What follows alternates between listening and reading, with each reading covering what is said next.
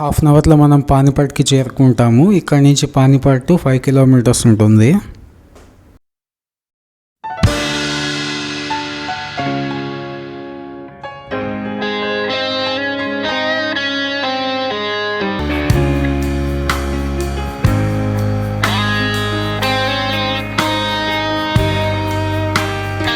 ఇక్కడ నుంచి Chandigarh 152 kilometres, Ambala 114 kilometres ఉంది.